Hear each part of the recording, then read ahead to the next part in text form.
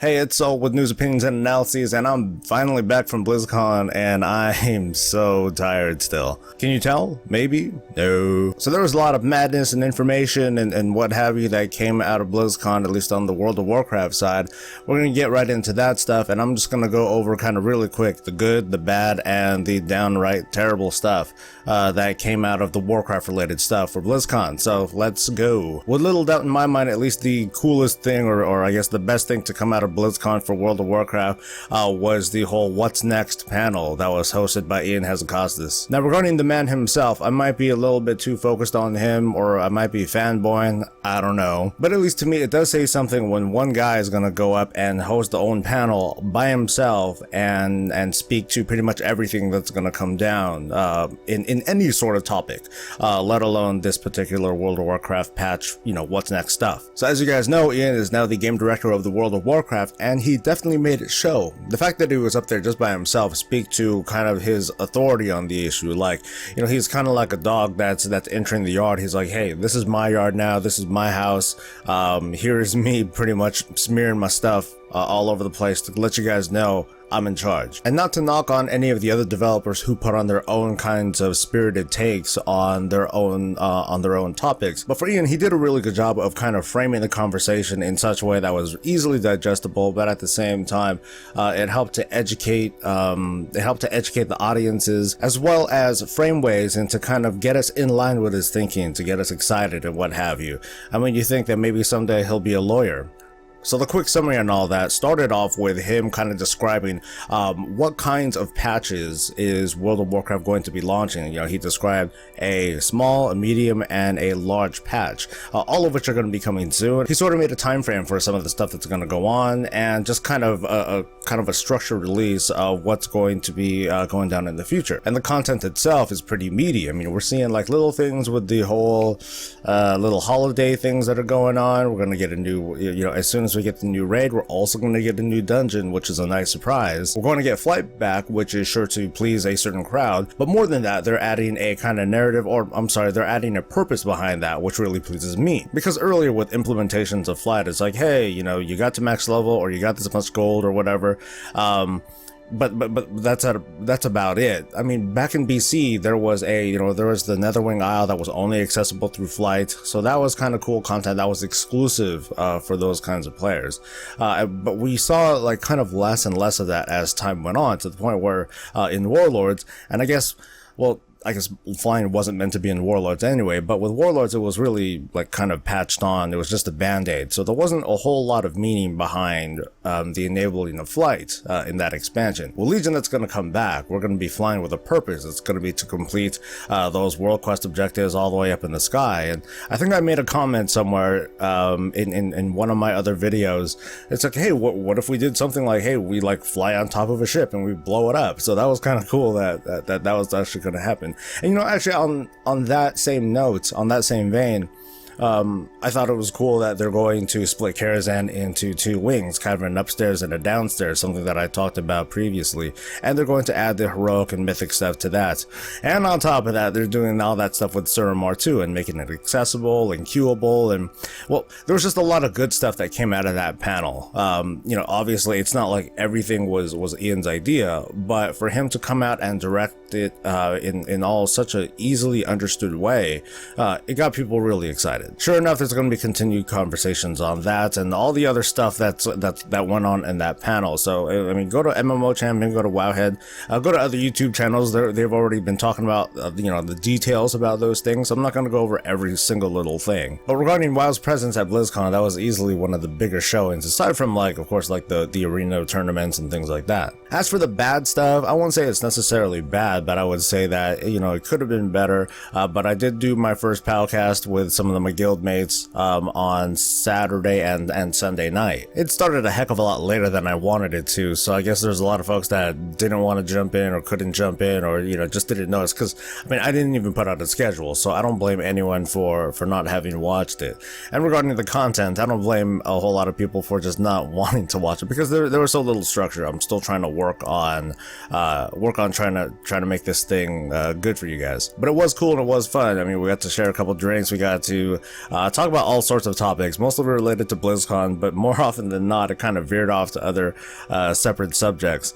So I'm going to try to clean those up a little bit and upload those for you guys. I don't know if I'm going to kind of like section them off or do like highlights, or if I'm just gonna at least edit the audio a little bit, clean it up, and just dump the whole thing for you guys to just kind of, I don't know, just, you know, run it as if it's like a normal podcast. You know, just go ahead and let it run, do your thing. It's not meant to be like super entertaining, but it was fun for us. So in the next couple days, I hope to share that with you guys. As for the ugly stuff, the Q&A was thumbs down, dude. So at least the impression that I had about the World of Warcraft Q&A this time around is that they're going to be taking in all these questions, they're going to vet through them and try to find out, you know, hey, what are the most popular things that people are talking about? What are some of the more hard-hitting stuff? We're going to look at these questions and then ask them to the developers. Now, it didn't really matter if they were even like read by the developers beforehand. That wouldn't have been a big deal if they had a bunch of prepared answers. If they lied, whatever. But that clearly wasn't the case here. Most of the Q&A ended up being kind of a series of questions that we already had answers to, such as you know, stuff about artifact knowledge, catch-up mechanisms, and things like that. Those were things that were addressed in the Friday panel with Ian Hazacostas, and you know, we were getting the same kinds of questions the next day, and these were questions that were coming live from people on the floor. They were coming from Twitter. They were coming from the forum thread that people had filled out the question with, and I went ahead and submitted my question too. I'll let you know what that question was in a video link somewhere around here, but it was about guilds, and I was hoping that it would have been asked. I would have been hella terrified if I was going to ask it, but apart from being kind of upset that my question wasn't asked, it just didn't really feel like there was a lot of preparation with what questions were going to be asked. And even the developers, they seemed kind of irritated when they were answering some of these questions. You know, they would get with some of these questions that were repeated.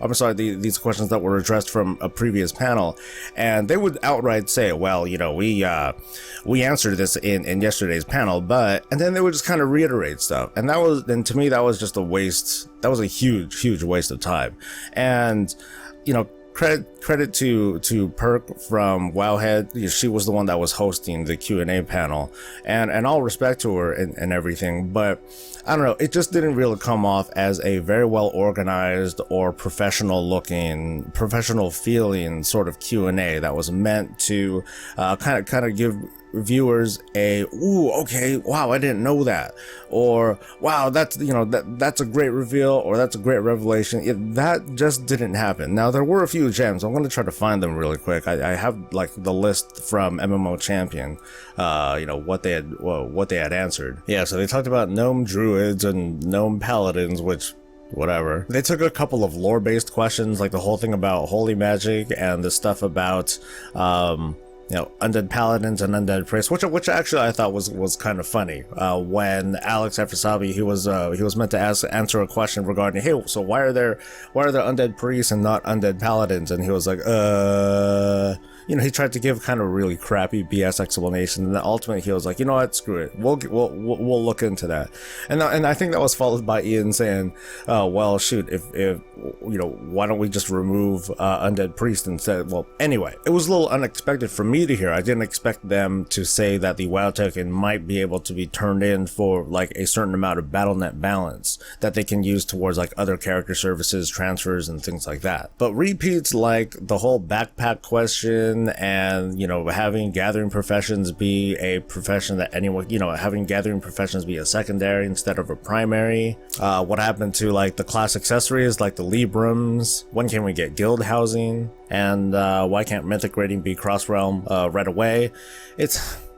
It was a lot of crappy questions. There were things that we just knew the answers to already, that Blizzard had stated before. It's, you know, I guess it's just, I guess that kind of underlines the kind of communication gap that goes on between the players and the developers as to, you know, well, people know, but in this case, the questions were screened. Like, it was either Blizzard, well, I don't even think it was Blizzard that knew what the questions were, but whoever was vetting the questions did not do a good job at all, and ultimately, it ended up with us just having questions that were just kind of fluff.